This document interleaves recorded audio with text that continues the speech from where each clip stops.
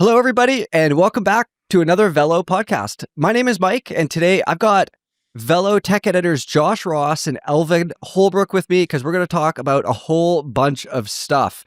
Rivian, the car company, has a bike that we're going to talk about, an electric bike, and Alvin went to the press event. So we're going to get into that. What is a press event like when it's a car company? I think that'll be interesting, eh, Alvin?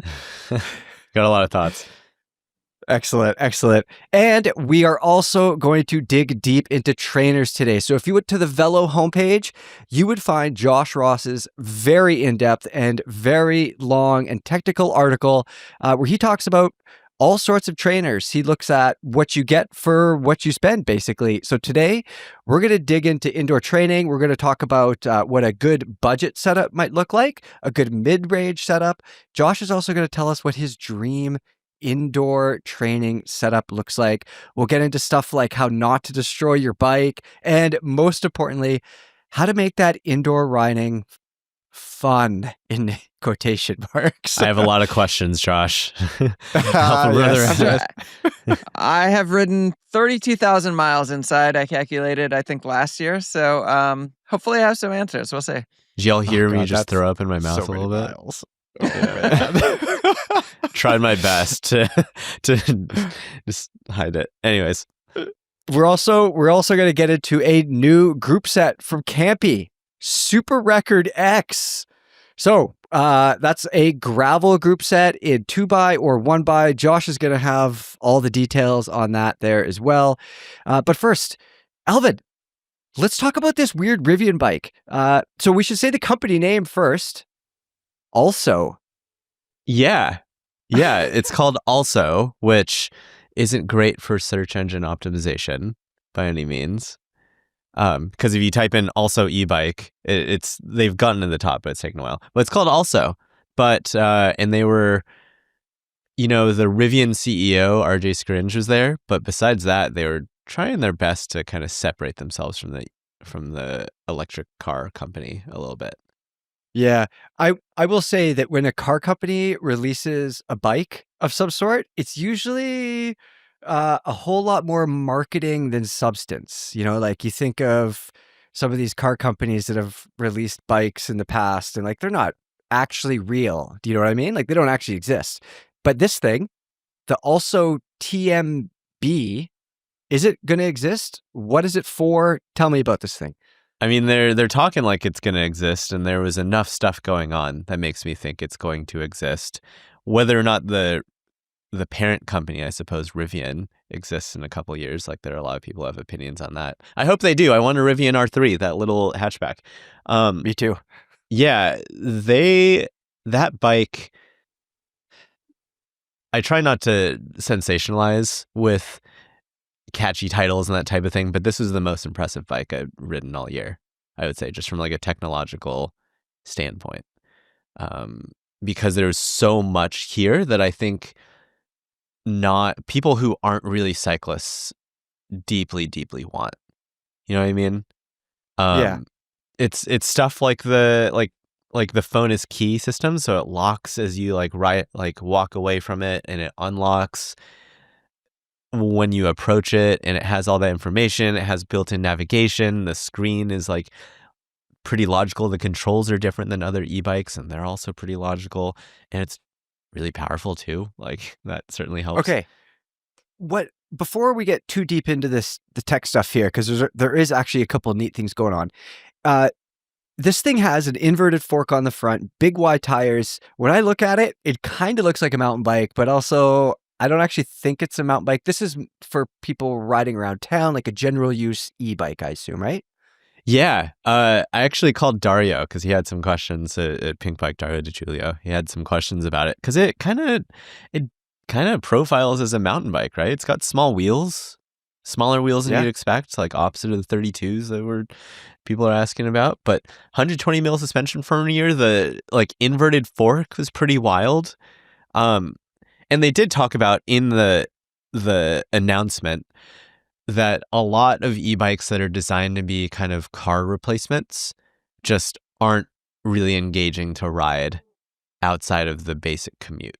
And so the idea here was that they wanted something, yes, that is a car replacement, ultimately, but it's also going to be fun to ride. And that's, I think, where you get some of the profiling. Okay. Yeah. When I look at this thing, it looks very different. It has apparently like one main frame that drops right down, and then there's different bolt-on subframes. Is that how they're sizing this thing? Yeah, so I should mention we do have a pretty thorough review on the site as well as on YouTube with a lot of photos. You should go check that out. Levy is referring to something that they're calling a top frame. So instead of, the idea is that you have one base chassis and then you replace these top frames that kind of bolt in and out electronically to effectively change the size of the bike.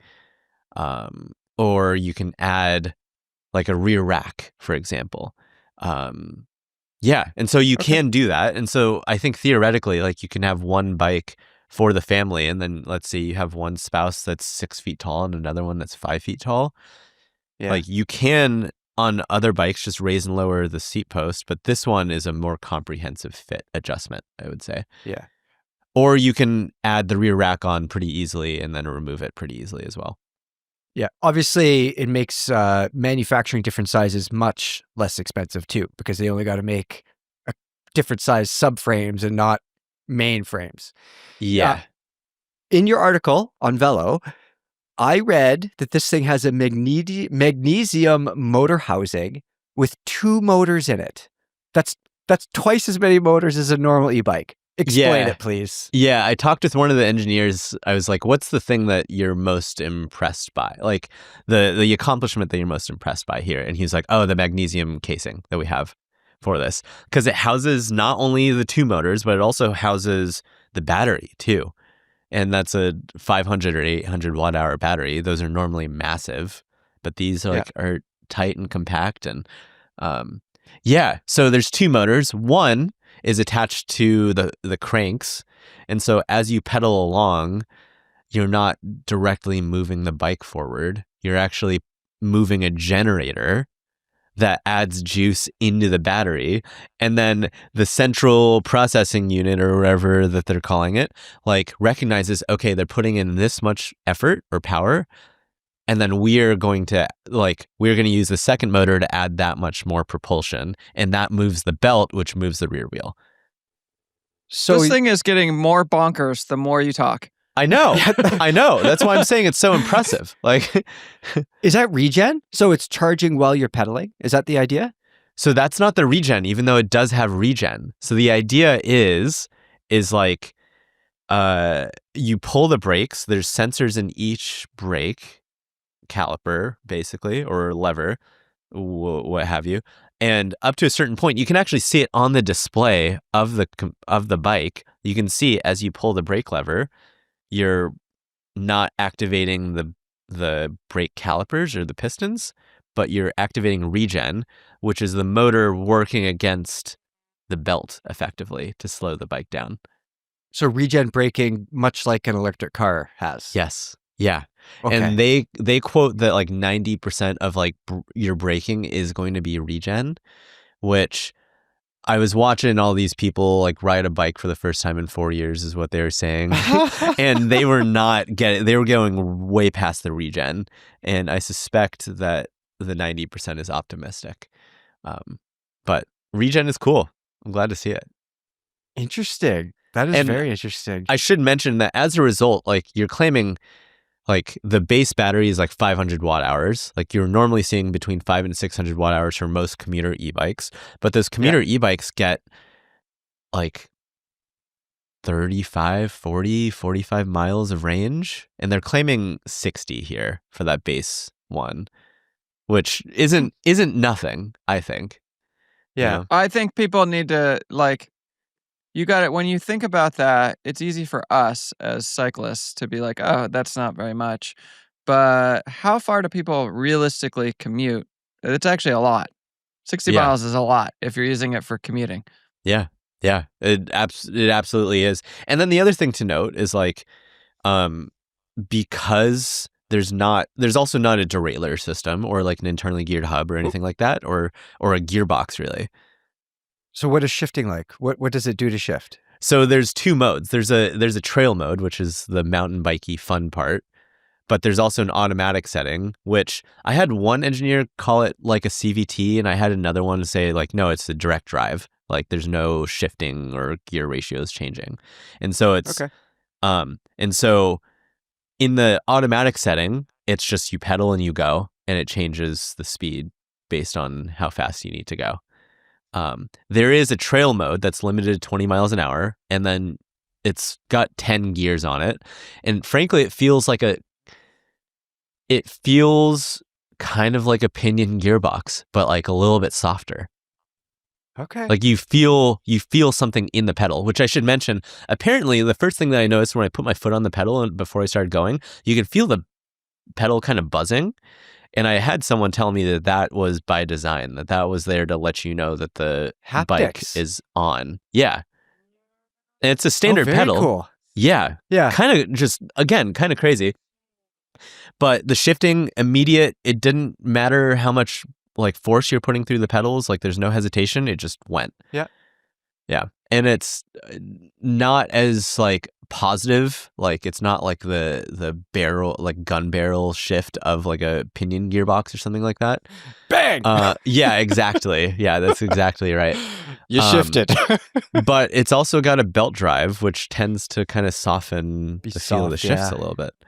And no maintenance too. Like for people that just like you're never lubing a belt, belt's never coming off, anything like Belt that. belt drives are the way to go for city bikes. They're just so much better. Yeah. I mean, that does bring up a question because there is maintenance ultimately. Like, I don't know how often people are taking apart their Bosch e-bike motors. It's not very often. Never. But yeah, I mean, but there is still maintenance that needs to be done. Like, so that's my question here next, Alvin. Where's the bike going to be sold? And where would people take it to get worked on? If I walk into Mike's Bikes with my also TM-B, are they going to be like, nah, get out of here? What are they going to say? Yeah, so they weren't super clear on that. There are a number of Rivian dealers across the U.S. and Rivian service centers. They're apparently not going to leverage the Rivian service centers, but they will initially leverage the dealers. Medium and long term, they're saying that they want to have also dealers, like standalone also dealers, which is kind of nuts. How like if they could do that, sell. Yeah, no, I mean the price point kind of limits them quite a bit, which I'm sure we'll get to. But they're also planning on working with specific you shouldn't bike shops too. I don't think you should move on too much. The price point, I feel like I know the price point, and I don't think it's crazy. I don't think it's crazy either. Yeah, $4,500. I think this market, $4,500 for the performance edition, which is like full torque, like air sprung fork, everything, and you can make customizations too. I think I'm used to like pink bike e-bikes where like, they cost like 12 grand or 15 grand for some like dumb S-Works e-bike or something.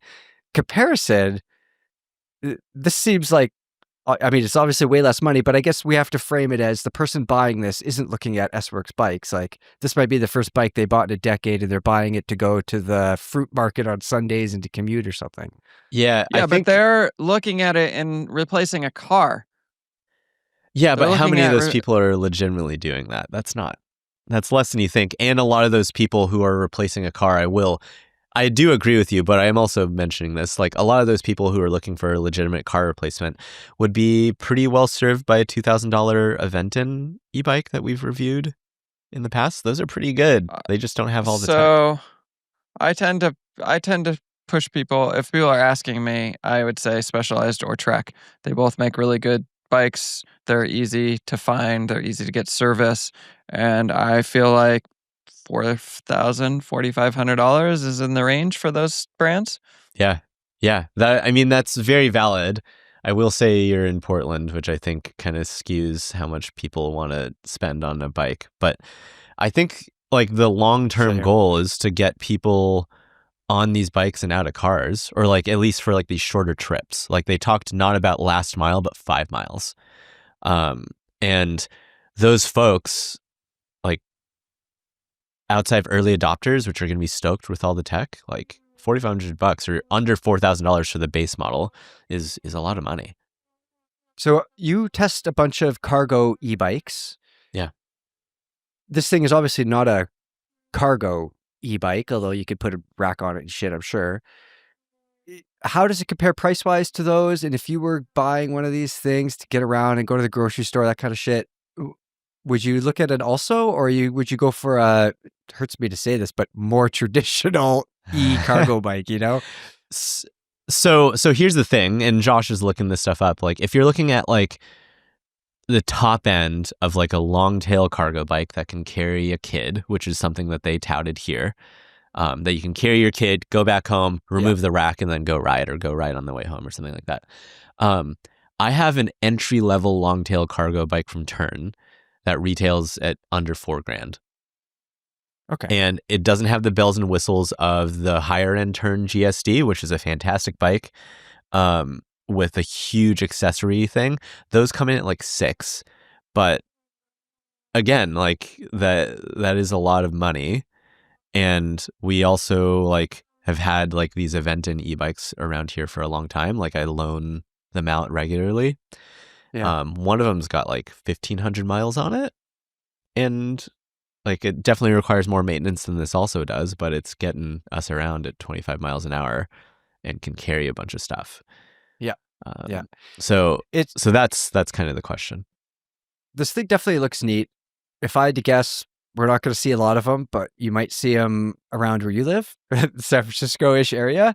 To me, it looks like something that somebody, I don't want to use tech bro sound. It's such a like cliche thing, but you know, like people who want something interesting and different, and maybe they already have a Rivian or something like that. This would be neat. It'd be cool to get one. Hey, I do want to ask you, what is it like? So you've been to plenty of bike press camps now.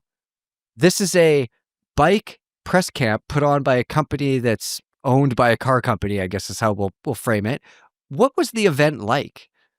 Wait, before you answer that, how many people rode there? As far as I could tell, it was just me. I have video. I have video. And I will say that the location made it challenging. Like I had to take BART, and then I had to go through some pretty industrial parts of Oakland to get there. So I went to, I think it was more of like an influencer event. And that's because, long story short, we weren't able to get in early enough. Like we didn't make the connections early enough, I guess. But man, lots of food trucks everywhere. A lot of free swag. Great Wi-Fi, I should mention. Yeah, I would imagine. And then I think this is the case with a lot of car releases, because I do pay attention to the car market quite a bit. They had a ton of engineers on hand, and they had a ton of stuff on display, which cutaways and things. Yeah. And so you get that at like regular car or like bike press launches, but this one seemed very buttoned up and with a lot of swag. Yeah. A little more baller and no one than else rode a event. bike. Yeah. Yeah. Okay. Yeah. So, Well, that's interesting. I hope that you get one to tinker with and ride around on, and I would be surprised if it ends up being a real thing. Do you guys remember the Tesla quad? Who remembers the Tesla quad?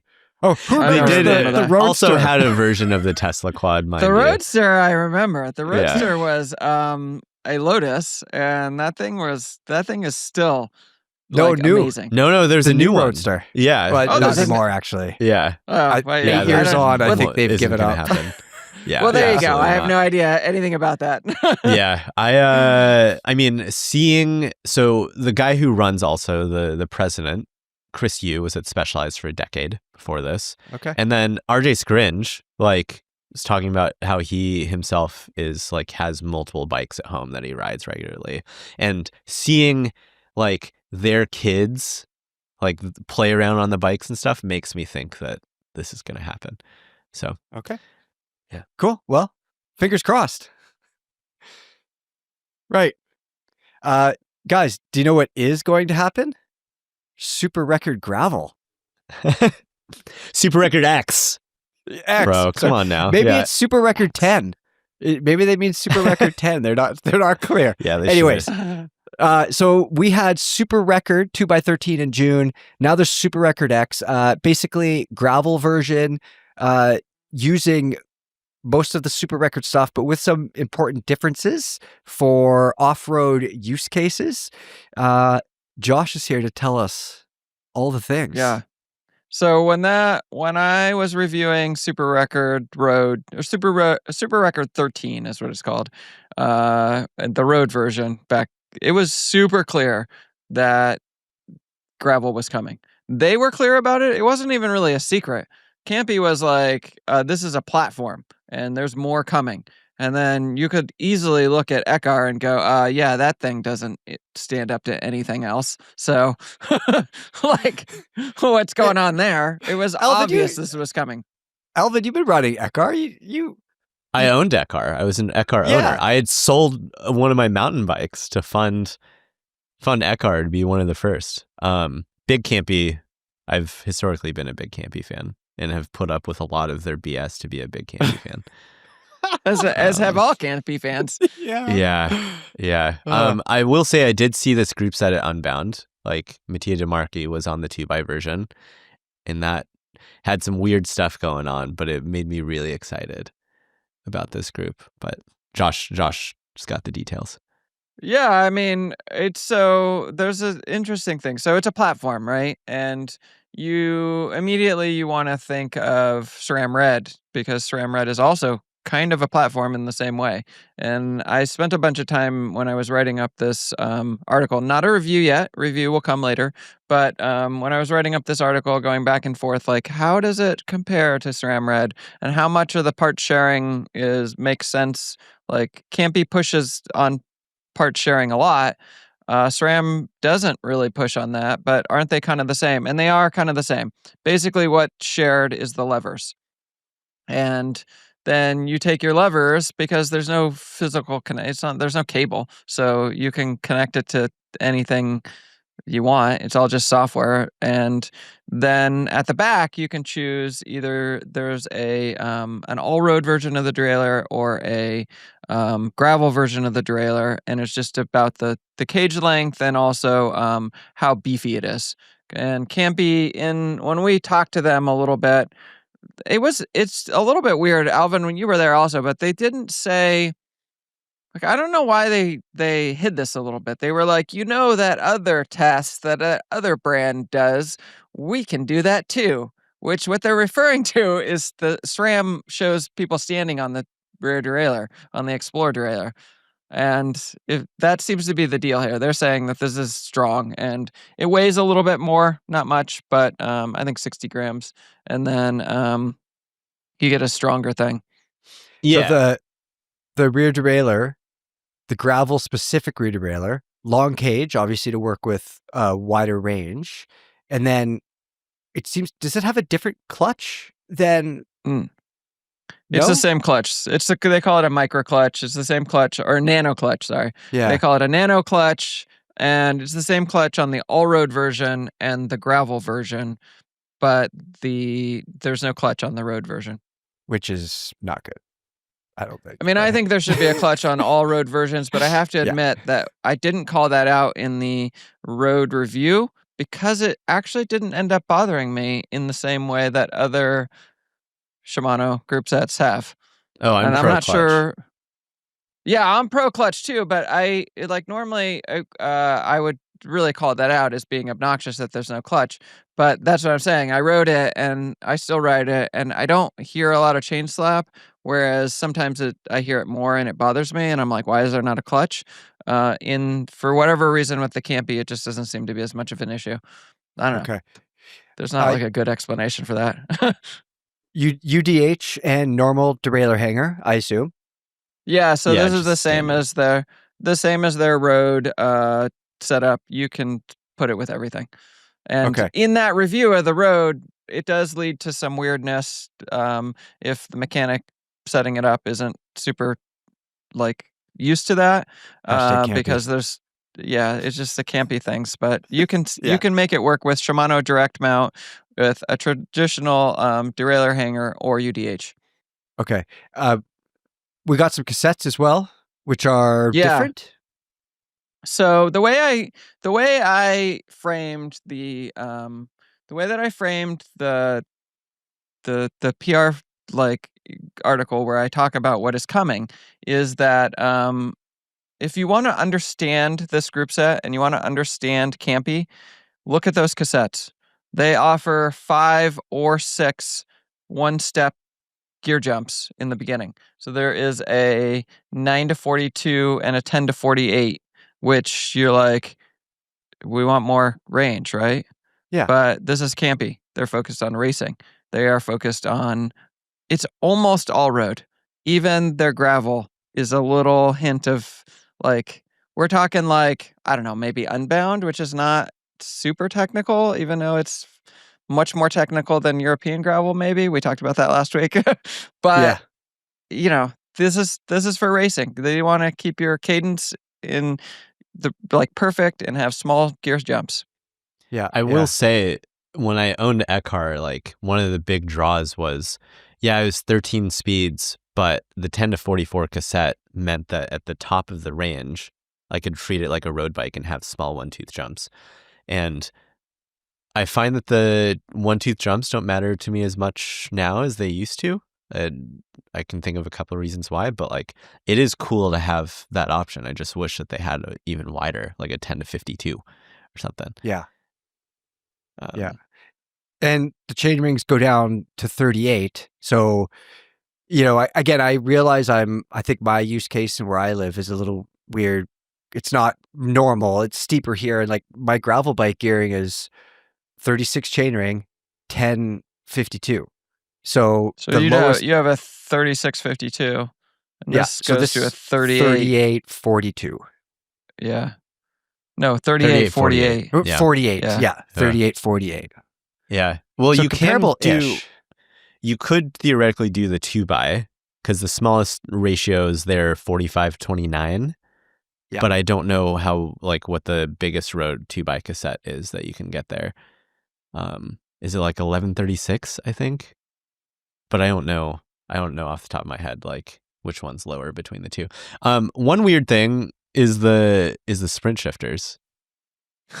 Yeah, this was like an also ran in the discussion we had with them, which was like, oh, by the way, there's sprint shifters now, which you asked about months ago, and we didn't really have an answer, but it was also fairly clear that something was coming.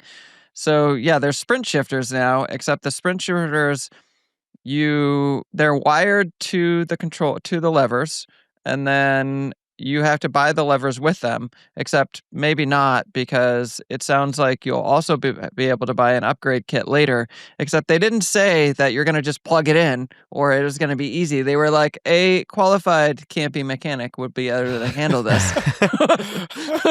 Yeah, which makes me think that they're going to do you have to do some sort of surgery to it.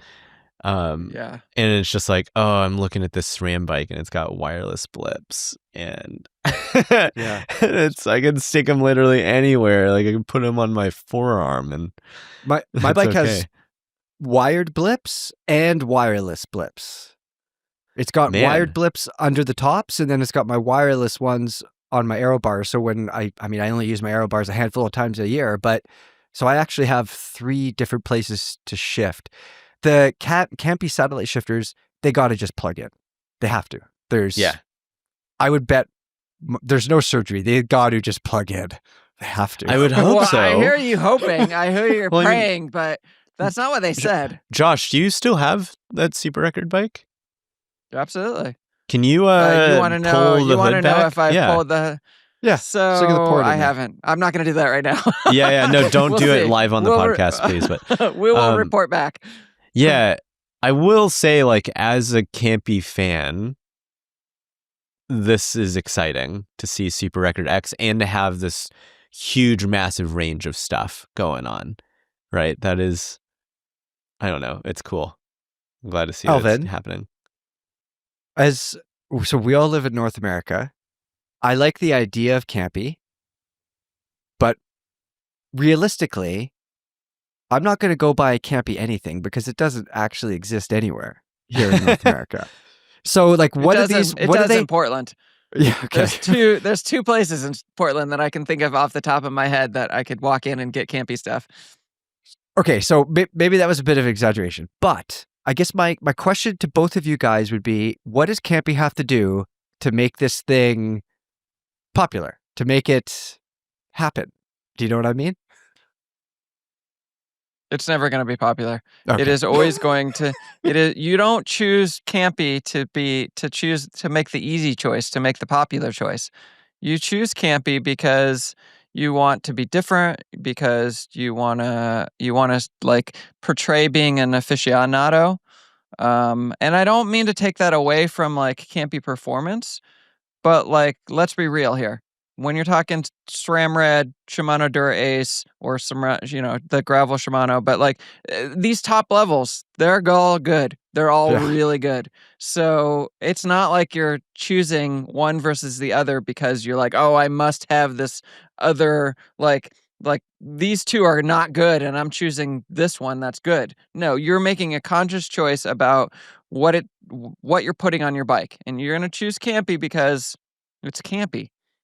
Yep. Also, I will say on the road side, there, even though I just gave that little speech about how there's not real performance advantages, we'll talk about this soon, but for my indoor bike, when I can choose any gearing, I choose the campy gearing. I'm running the same gearing on the indoor bike as my campy bike because it is a 5236, so mid compact, right? That's what you want for like performance riding. And then there's that extra gear on the back, so you still have a 1-to-1. I freaking love it. Okay. Yep. I will say last thing that I have here. I went to the Super Record launch for 12 speed, and there was a quote from, I believe, is Davide Campagnolo, and he said that he felt that first wireless group set was the future of sport luxury. That they're not necessarily going for the heart of the market, which is a concession that they can't win on OE stuff, I suppose, and getting it on bikes necessarily, but that it was for, as Josh said, a connoisseur. And that phrase, future sport luxury, always sticks in my mind when I think of Campagnolo, that they're not going, I think they would like to have mass market, but they're, I think, comfortable not being there. Yeah, I think bridging, I mean, that's a whole other topic, but bridging that gap involves a massive amount of OE spec, obviously racing and like all the things they're not doing right now. So, okay. Yeah, precisely. And then they do have Ultra, I should mention, Super Record Ultra, which is just like extra blingy, and SRAM's not doing that, and Shimano's not doing that, right? Like carbon fiber chain rings and that type of thing, you know? Just bling, just all the bling. Game. Yeah, Sure. Cool, sick, yeah, Great. Send it to me. Josh, do you want to just spend a minute on the 2x13 all road? Because that is also new as well. Yeah, there's not a whole lot to say about this. Yeah. There's a clutched derailleur that you can use on road. So there you go. Done. Thank you. Right, Alvin? Did I miss anything? I don't think so. Yeah, well, again, it's the 2x the 4529 chain rings are lower than anything you're gonna get from even like 2x Shimano GRX. Or like you have to go to SRAM wide and have the SRAM specific front derailleur to get the 4330, and this is still a wider range. So, yeah, I think those are the big things. We should probably talk about the wheels. Yeah. Okay. Well, so there's actually two things that they all are also releasing a left control lever that doesn't have electronics, which okay, cool. There's not a lot to say about that, but if you're running one by, you don't need it. So there you go. And then the wheels. So the wheels, this is another spot where I'm like, if you want to understand what Campy's doing, here it is. They have a 27 mil internal wheel on a 50 mil tall wheel that is specifically chosen so that you can run 35s and you're not breaking the ETRTO recommendations. And yeah, you want to understand Campy's what they're doing with gravel. They're giving you one tooth jumps and you can run a 35 tire. They look cool anyway. They use the G3 lacing, 3 spokes all the way around. It looks absolutely amazing. 1,430 grams. Not that light, but Also, that light. not that Not like expensive. Not crazy expensive. not crazy expensive. The wheels I have on that Super Record bike are $4,000. These are 2,300, I think, 25 maybe. Yeah. And 1430, we should say, for a 50 by 27. Yeah, I get it. It's not like the lightest, but like it's not crazy heavy. 16 would be kind of crazy heavy, and Yeah. 14 is, They're also still doing cup and cone bearings, by the way. Which, I didn't like, realize I don't that, have actually. a problem with, but a lot of people do. So, Yeah. And I don't blame them. They're Interesting. ceramic. Yeah. Okay. Josh, you're going to have that at some point, I assume. You're going to put it on some bike and you're going to ride it a bunch and we'll hear about it? Yeah, I'm actually going to give a call out. I am on the look for the hottest, like the perfect bike to match this. It's got to Dude, be it's Italian. the 3T Race Max. It's got, but I already did the 3T. I don't know. It might be the 3T. If you have another idea, let us know in the comments. You No, tell the us about Officina Pirelli hotness. Batain. Yeah, that would be a good one too. One of the steel, like the Matera or whatever, the one with carbon fiber. Those look That's a good one. sick, dude. That was Thai and carbon. And you can get in that cromo velato, like the like, yeah, but I can't say the words like that, so I don't know if I can ride the bike. We'll practice. Yeah, we'll practice. I got you. I know it's not from Italy, but you know what that stuff would look good on is like a Bastion or something like that. Ooh, that would be a good one. Number I've been talking 22. to those guys actually. Number 22, yeah. Yeah. Brands, you hit me up if you got the perfect bike, and listeners, if you think, God, I want to see Campy on that bike, let's hear it. And realize who this is. I want to see Campy on that bike. Yeah. Okay, let's talk about not bikes. Let's talk about bikes that don't go anywhere. Let's talk about indoor training. Yes. California boys, you can tune out a little bit. No, I've got opinions and questions. So, like I said at the top of the show, Josh has done a very comprehensive look at indoor trainers. So there's a buyer's guide on the Velo homepage you can go check out right now. A lot of people listening to this will already have an indoor trainer of some kind. And if you have an indoor trainer, it's probably a smart indoor trainer. But I do want to spend a few minutes at the start, right at the beginning anyway. Josh, what is the difference between a smart indoor trainer and a dumb indoor trainer? And why should you always buy a smart one? Yeah, you don't want dumb things in your life. I guess step one. No, all joking aside, it's been I've been in the industry long enough to see these shifts happen. And so when you talk about smart versus dumb, or like, I don't think they're actually called dumb, but this is the obvious choice to call it that. A smart trainer is, it just means that you can connect it to software, and when you're going up a hill or you are asked to hit a certain power target in a interval, then the trainer will control that, and it will do that all automatically. The easiest way to think of it, the smart trainer, is if you are writing in some software, and I usually say Zwift, but this could be Ruby, this could be MyWish, whatever software that exists now or comes out. If you ride up a hill, it gets harder, just like outside. And if you ride down the hill, actually, it doesn't always get easier. That's a point of differentiation for some of these smart trainers, but it's making it feel like you're riding outside. And if you're really new to this is different than a spin bike, which would be more commonly understood. Like a lot of people know about spin bikes and things, and there's brand names Peloton. that are recognizable. Yeah, Peloton. This is not that. This is an entirely different thing. And whether it's a smart bike or a smart trainer, it's not a Peloton. It's not a spin bike.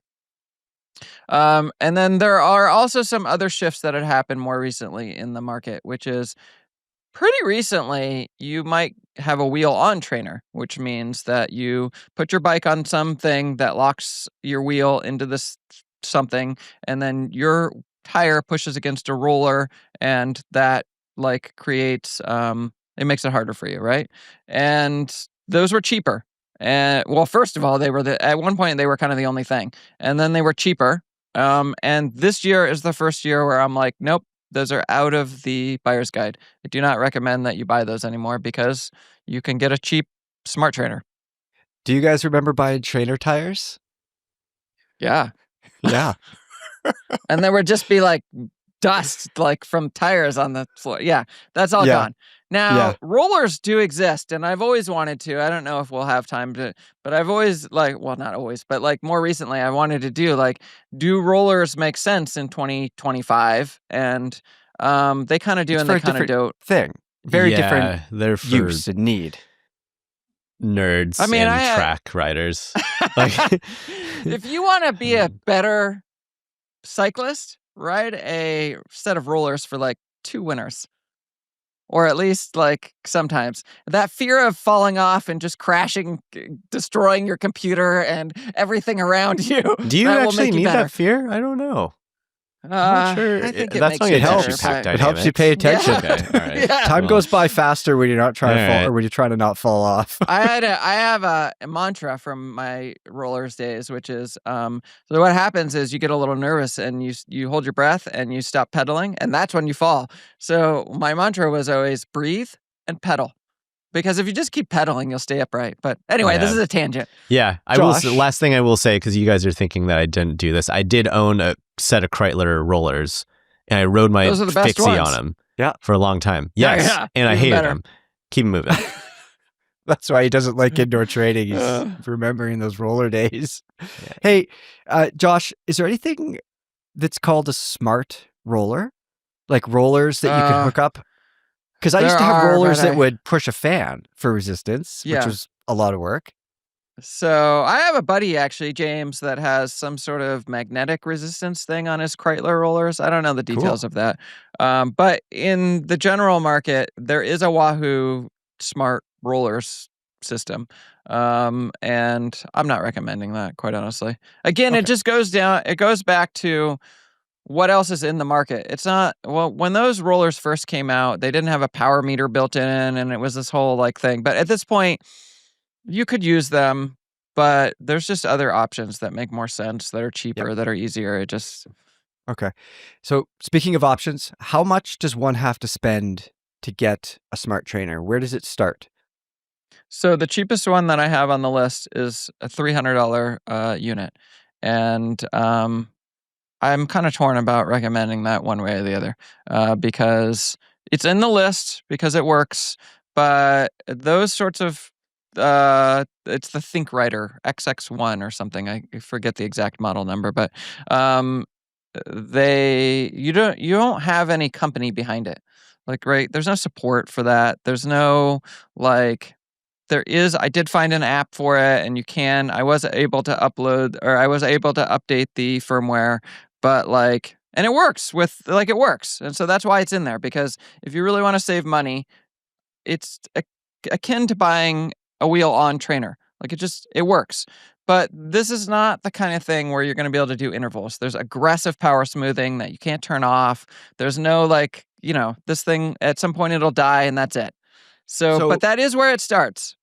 That was my next question is, I could spend $300, I could spend $500, I could probably spend $1,000, I could spend more than that.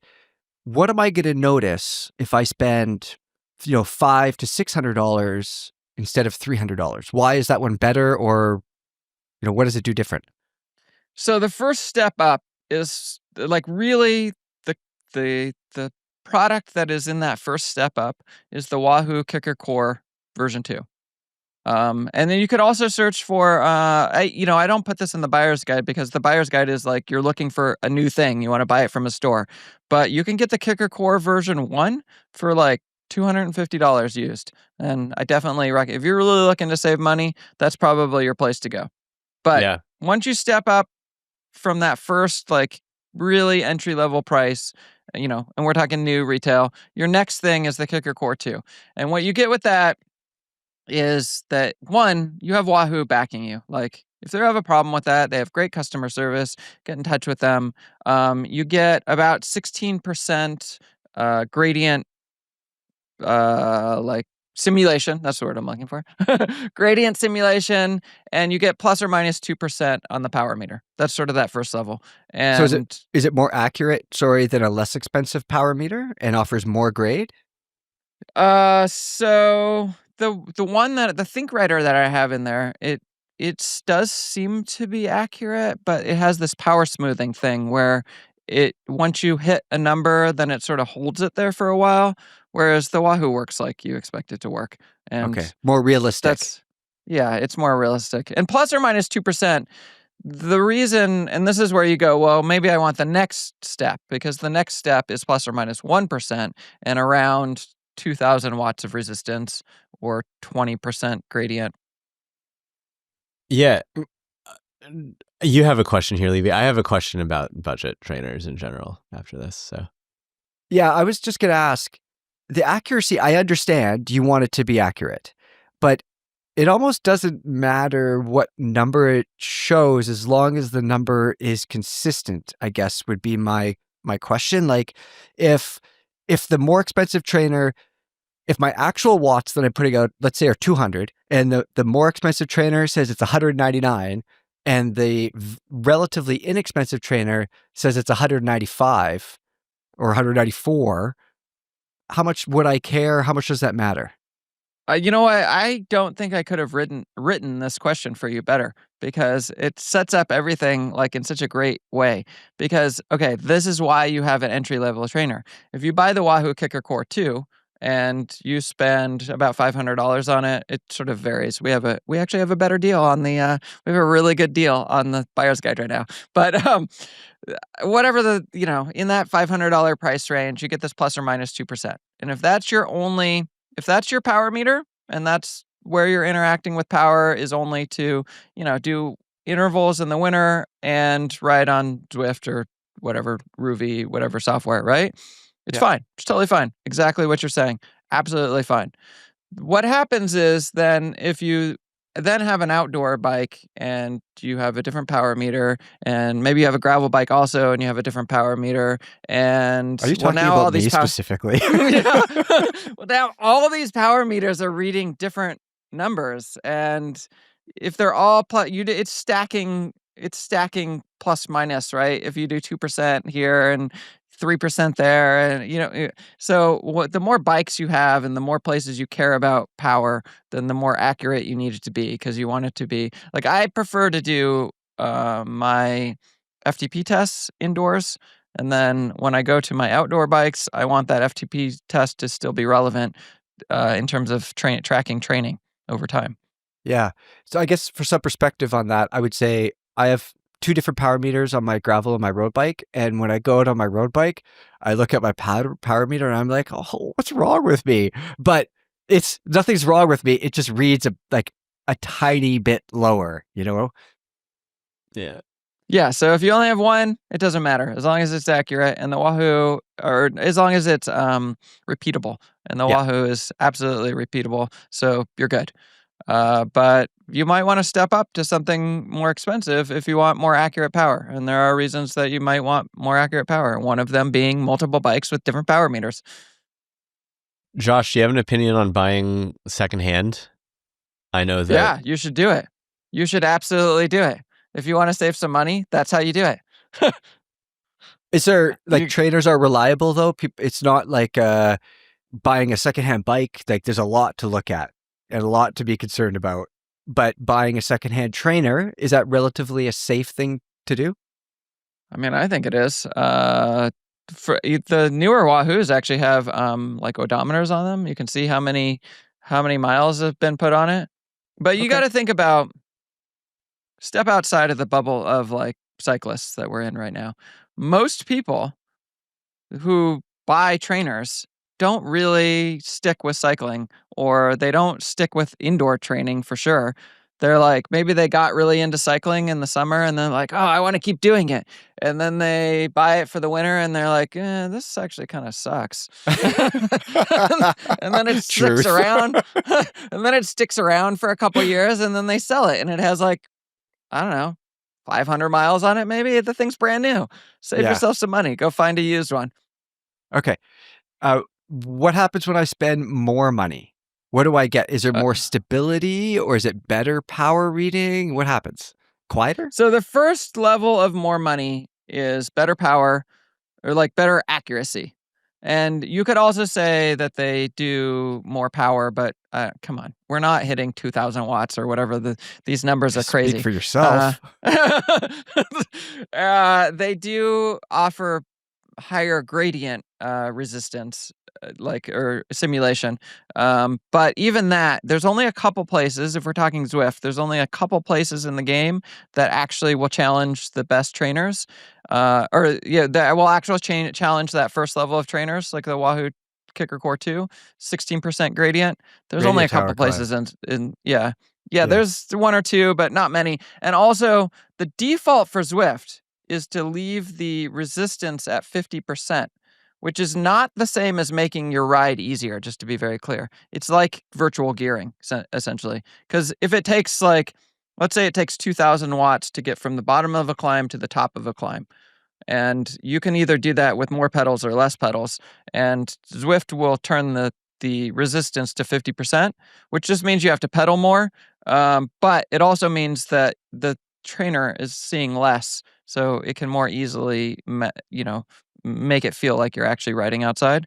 So the point being, I don't consider that really a strong selling point, to be like, oh, you can hit 20% or 25% and 2,200 watts, but you do get more accurate power. And we see in the power maker market, people are willing to pay for that, and that's an option for you. And then from there, the next thing is you start to get into the simulation features. Movement is the big thing where these companies have really set that aside.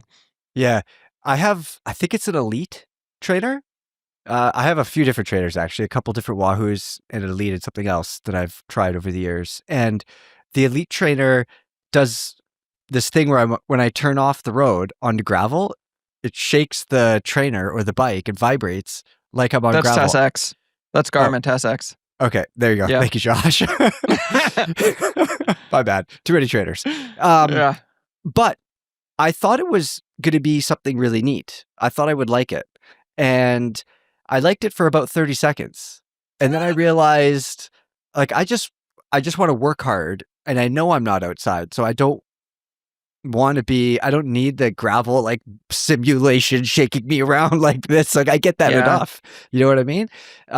So that do you is think a it's point worth of it? differentiation for them, that road feel thing. I don't know. I actually kind of miss it now that I'm not using a Garmin, but I don't think it's a super important thing. I will say, though, about the Garmin trainers, they use magnetic resistance and they're super accurate, and there's a lot of positive things about that. But when I talk about movement, what I mean, so we'll stick with Garmin because that's the one I have in the buyer's guide, is the TAS-X Neo 3M. And people get really focused on you're so static on a trainer bike. Nothing moves. When you're outside, everything's moving, right? Yeah. So Garmin introduced this thing where you move back and forth. And it actually can feel very realistic in certain situations. Wait, where the trainer moves? Yes, the What's trainer moving? actually moves. It's on this roller system, and it has a little track that it moves frontwards and backwards. Okay. And it actually moves substantial amount. And Wahoo has a competing system, and doesn't that take watts away from you, though? It might. It requires some. Wahoo said it doesn't, because Yeah. the thing that you're putting power into isn't your bike. Your bike might be moving around, but ultimately the power that you're putting into the pedals is still going in. That is what the company line is. I disagree. Yeah. I disagree. It is harder to sprint when your things are moving around. But a lot of people are willing, they feel like they can't sit on a static bike that's just so locked in for a long time. Mike, you're weird like that. I'm weird like that. We could just sit and static. Yeah. But a lot of people really value that movement. And that has sort of been this point of differentiation at the sort of third level, if you think about it, where things are moving. I will say, I did the review a couple years back of the Wahoo Kicker Move, and I had a standard kicker that I had bought at the time, and I preferred the standard kicker because the fore-aft movement of that kicker move also had some like side to side movement, and it ended up making me feel like it wasn't self-centering. It felt like I was riding on training wheels. Like it was leaning to one side more often than not. Interesting. Which apparently was par for the course for the thing. And so that's Okay. why I ended up saying to just buy the regular one instead of the Move.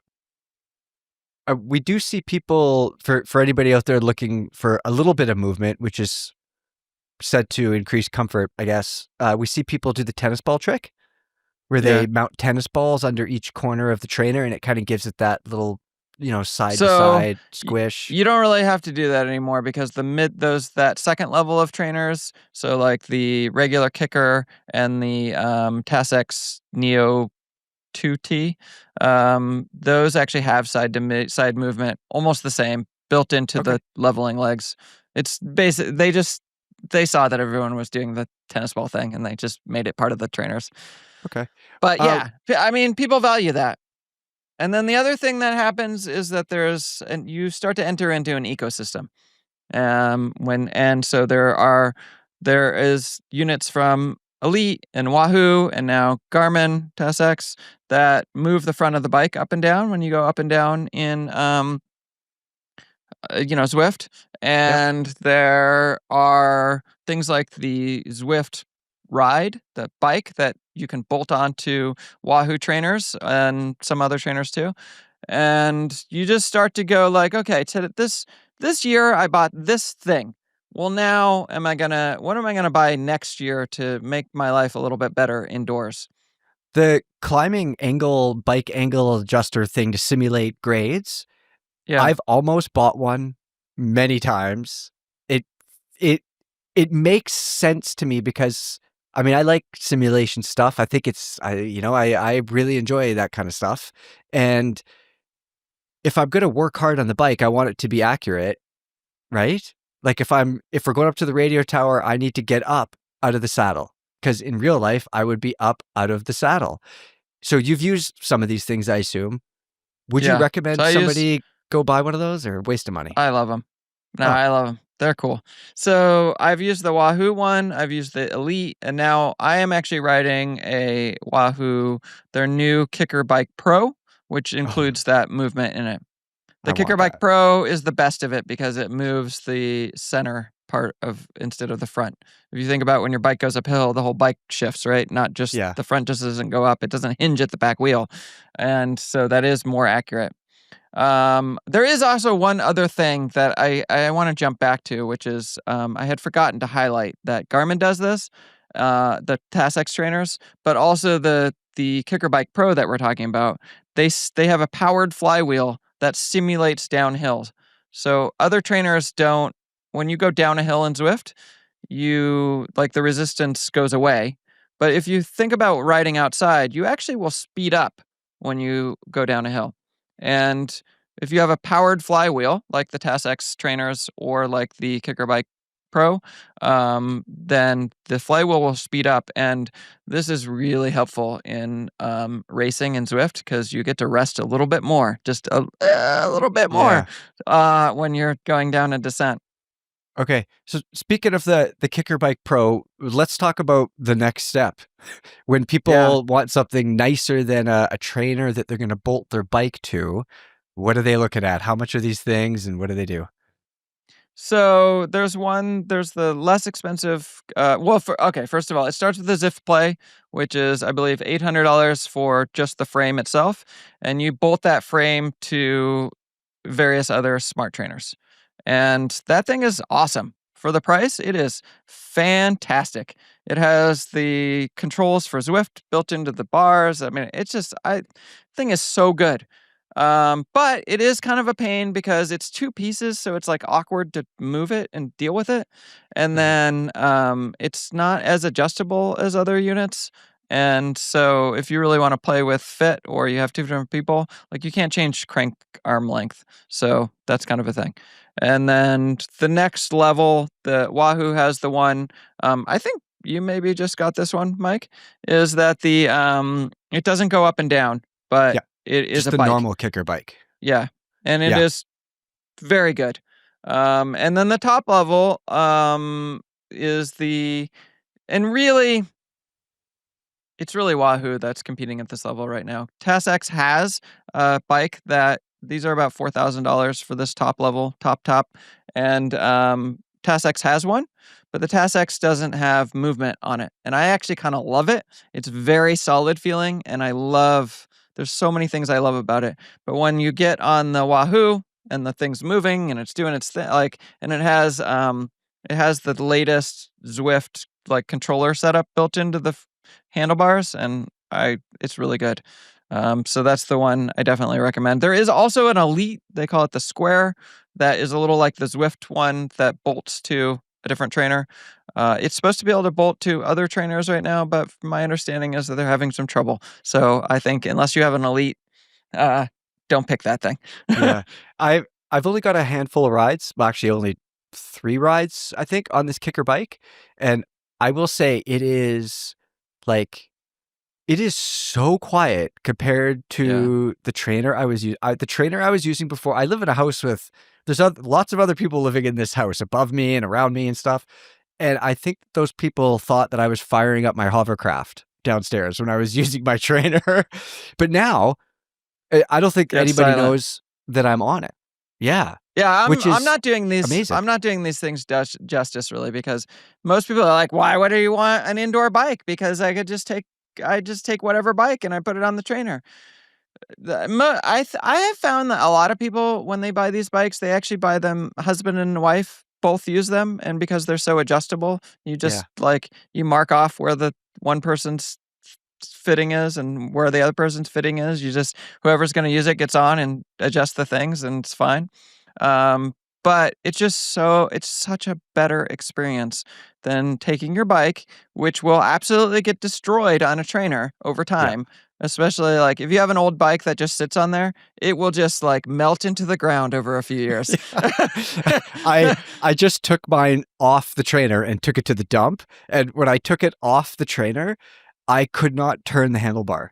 It wasn't that tight when I did it, but it was everything was compressed down. I guess it was just rusted solid with salt and whatever. Your sweat is, some people more than less. My sweat happens to be highly acidic, and it just destroys parts on the bike. Now you can, if you can protect your bike. There's a muck-off product I really like. There's also, I've heard you can just use WD-40 and just put some oil on things, and then always make sure that you have that bra thing that goes from the handlebars to the saddle and covers the top tube, and you have a bunch of towels, and then make sure that you take them off after your ride, and you towel things off and put them somewhere else.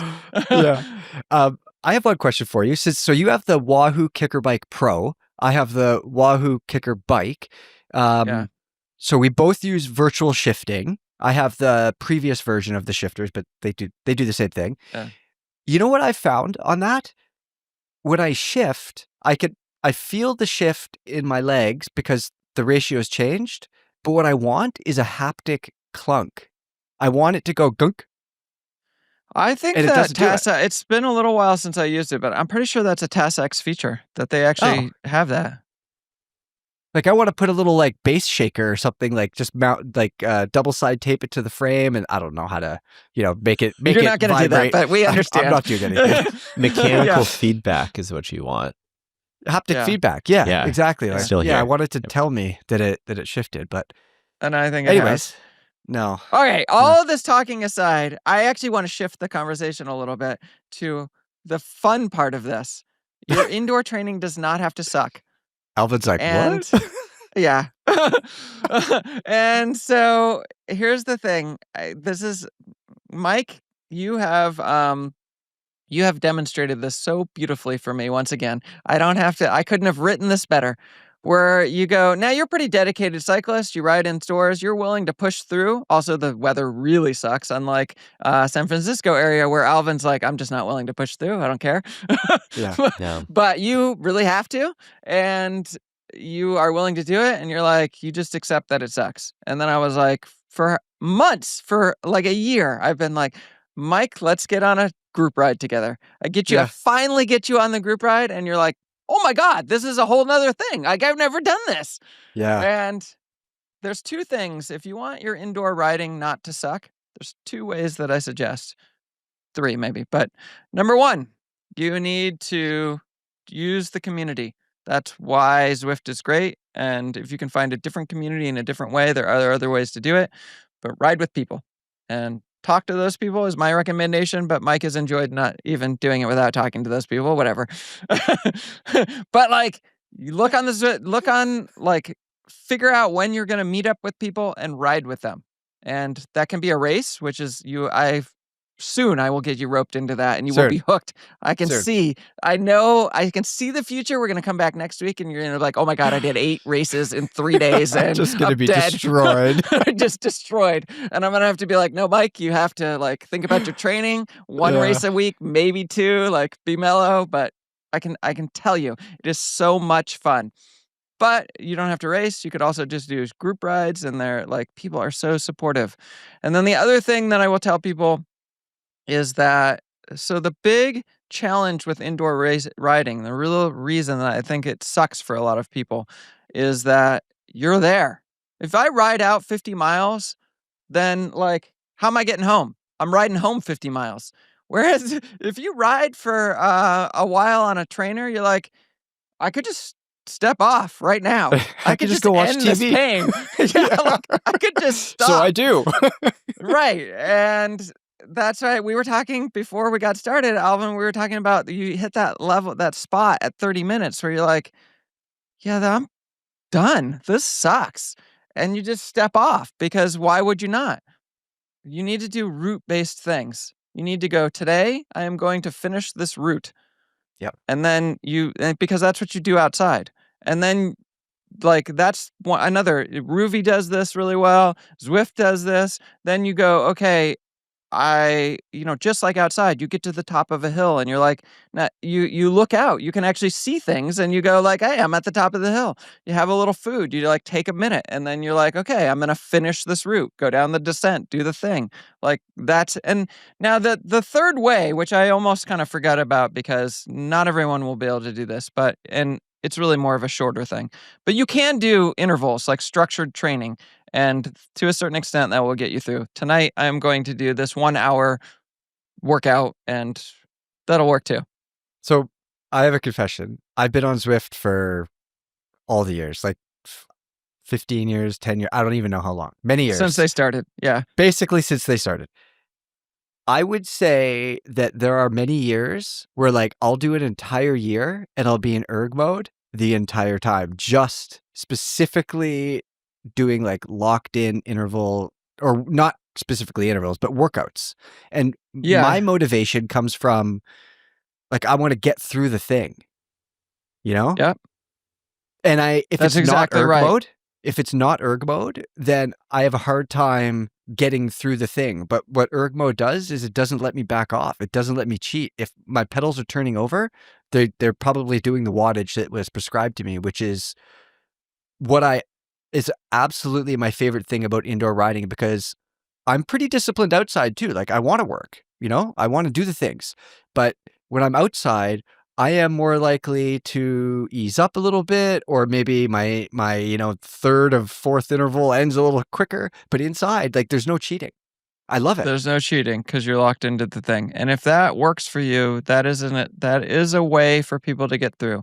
Not everyone will be able to, because that's like, there's many steps of planning of this, right? You have to be like, okay, in the summer, I have these goals and I want to meet those goals. So in the winter, I'm going to do these workouts and I'm going to structure my thing.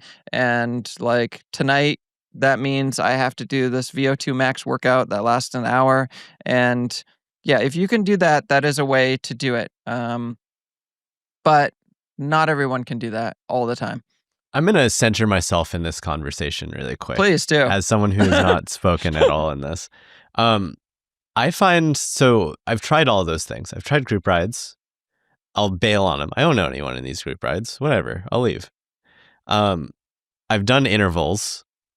I prefer doing them outside for whatever reason. And well, I think the big reason is because like I'm generally uncomfortable, like on the bike. I'm riding my own bike indoors. My fit has been like checked. It's supposed to be good.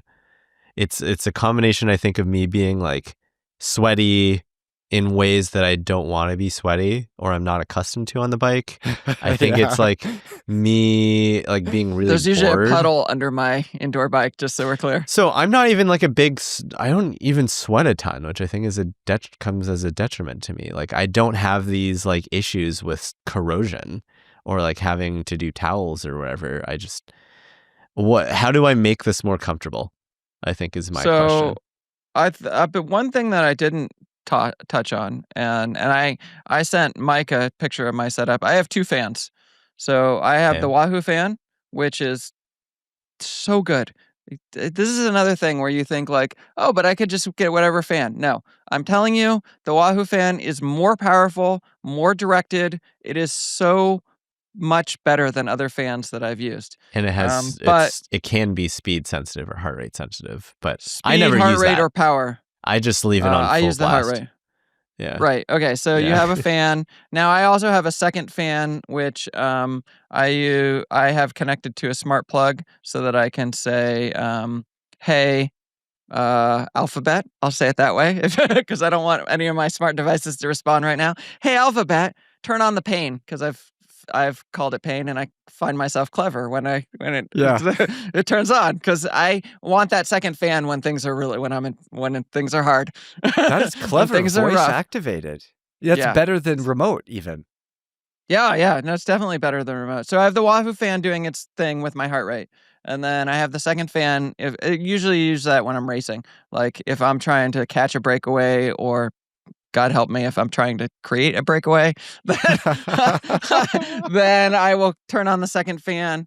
And this is also, Alvin, this is where people say the movement helps. The things that do movement. Yeah, I have. So Wahoo, I told Wahoo all these things when I lived in Texas, and it was miserable to ride both indoor. Like it was miserable because it was too cold for part of the year, and it's miserable because it's too hot part of the year. And so I have the climb, to go up and down. I have the headwind. I have a kicker move for fore and aft movement. And none of those things made me want to ride more. I think the thing that might be missing here, I'm thinking, and Mike, maybe you can weigh in also. I think it might be rule number 5. I'm not sure. Right? It's rule number 5. You gotta just harden up, Alvin. do you have goals? All right.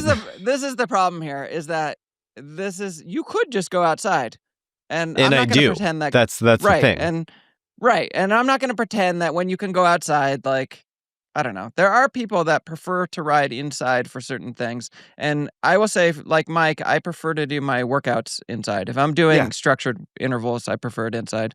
But otherwise, I ride inside because it's miserable. And I have spent 7 hours in near freezing rain, and I'm over that. One thing I'll add to that too, Alvin, is I've found, so I have the exact same seat on my indoor bike and my outdoor bike. It's a 3D printed Aliante, and outside, it works pretty well. I like it. I'll tell you what, though, inside, it's not my seat.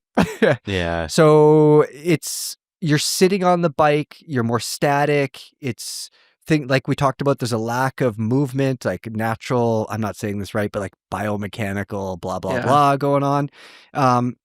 So one thing might be to try a different seat. Maybe it's something softer, maybe it's a different shape entirely. I don't know.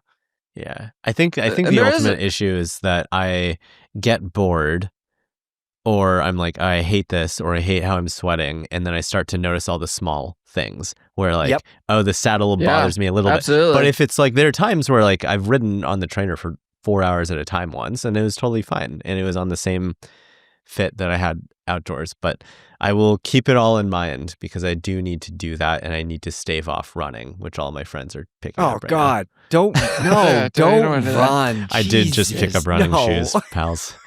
So. Rollers might actually be a good. We were talking about rollers earlier, but rollers might actually be.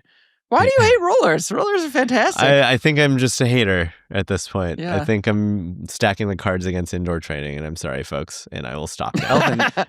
Alvin, you should come on Sunday for the ride. Meet Josh and I virtually. And next podcast, we'll report back and you will tell us how much fun you did or didn't have with the group. There's like 90 people that come, and it's like a medium pace for most of it, and then balls out at the end for a little bit if you want it. That's very kind. I will consider it because it's supposed to be 75 degrees on Sunday. That is not It's going to be 75 and sunny. Who am I to say no to that? Yeah, no, I completely understand. Yeah. Yeah, it just... Yeah, I know. That there is was good one more insight, thing I wanted. I appreciate it. There was one more thing I wanted to tell you, Alvin, is that you have it's not. It might be enough for some people to just do the group rides, but you could also make a connection. Like for people come on. If you can go outside and it's 75 and sunny, I'm not going to try to tell you to just be on a trainer. I'm just not. It's not as good. But if you're somewhere where you can't do that in the winter and it's miserable and you're hating life, then maybe it's not enough to just go to the group ride, but also to really find community. And so that's why I talk to people. That's a good I've only ridden with them for not that long, but I've actually gotten to know them. Like, we want to know this guy's the latest thing on his dates. Did he sell his house? Like, did he get a new bike? There's a lot of talking. I was surprised. Yeah. And there's there's a local group that some retired guys that I can get on with, and we don't it's not quite as it's not like we're all doing different things, but I can talk to them and hey, I hear about what they're up to, and I make actual connections so that they're not just a group of faceless people that I can just get off the bike with. That is a really good point. I will say also I tend to ride longer if my wife is riding with me indoors, which we often do. So there you go. Levy. Yeah. On the last Zwift group ride I was on, Josh was there and he was wearing his CIA-approved Meta sunglasses. Oh, that's right. I forgot about chatting and recording in the Zoom chat room. Yeah. It was a whole thing. I will review coming soon on those, but one of the things, and I will also have a buyer's guide for headphones coming up in the future. And if you're like, oh my God, why would you wear headphones outside? A big part of what that buyer's guide is about is riding inside. So you can do race tactics, or you can talk to people while you're riding on Zwift. And it is such a challenge when you have that Wahoo fan and then that other fan, it's a Vornado. When I have two fans pointed at my face, being able to hear is so hard. And the Meta glasses were unbelievable. The mic was CIA can hear you too. Don't wear those things. Jesus. No, I did look ridiculous, and they have clear lenses, but they're not available yet. So I had to wear sunglasses inside, but whatever. Oh, I love that. Cool I love it. Okay. Before we wrap up, we are way over an hour here, but before we wrap up, Josh, I want to hear what your dream indoor training setup looks like. What does the room look like? What are you using for a monitor and a bike and all the things? Yeah, so I'm pretty close, quite honestly. I'm very close, but my space is there is just enough room I have two bikes behind me. I have I have a washer and dryer to my right. I have a wall right to my left, and I am just right in that little spot. And if I could have just a little bit more space, then I would have the fan out a little more so it's coming straighter towards me. I could do this, but I haven't done it yet, is put a shelf to my left where I can put my phone. And then the Kicker Bike Pro, absolutely, I wouldn't change that. Yeah. It's perfect. It's absolutely perfect. And then the other thing that I would do, so right now I use a laptop for Zwift. And if you're thinking about buying a laptop and you know you're going to run Zwift on it, you really want dedicated graphics, standalone graphics, not integrated graphics. And when you have a good laptop, or when you have a good computer and you're running Zwift, there are all kinds of lighting effects and there is all kinds of stuff that's going on. It's cool. Bigfoot and all sorts of things that you don't see when the graphics are low. They lock out a bunch of things. But I run a gaming PC, and it's the things that I see, I never saw on my laptop. Yeah. It's crazy. It's very cool. And you see more people. If you're riding in a big group, you see more people because the the graphics Yeah. can handle more like individual people, right? Yeah. But a laptop is, especially as close to as I have it to me, is not perfectly ideal. I sometimes get some sweat on that laptop. Yeah. So I would want to, if I could, I would have like a curved gaming monitor, and I would have it mounted lower than you would normally want for like TV or something. Like not Yeah. at eye level, because you're on a bike, right? And you're like, I use my same outdoor fit, and so You you put it on actually an want to arm. be able to look. Yeah, Adjustable you arm. actually want to be able to look slightly down. It would be easier. Imagine if you were outside and instead of having to look up to see, you could actually look like just like almost where you'd have a light pointed. Yeah. Yeah. That's Yeah, actually what I would exactly. do. I would have a big curved gaming monitor, slightly lower than it should be, so that I don't have to stretch my neck up. Yeah. Yeah. Exactly. And Okay. I'm Well, close. I'm getting there. It's on my list maybe, but I looked at my unfinished drywall and I got a little overwhelmed, so yeah, that kind of stuff, like getting a super dialed pro indoor training setup is harder to justify to other family members over like fixing the drywall or finishing the roof or something like that, for sure. Yeah. Okay, guys, we talked about lots of stuff. Let's end there so I can jump on my indoor trainer. There you go. Everybody that was here for this episode, thanks for coming back. Let us know how you do indoor training. What do you use? What trainer do you like? And do you actually like indoor training? Like, I like indoor training enough to do it even when it's nice outside. Like, confession, sometimes I just do the indoor training just because it's quicker and easier. Yeah, All I'm right. there with you. All right, everybody. We will see you next week.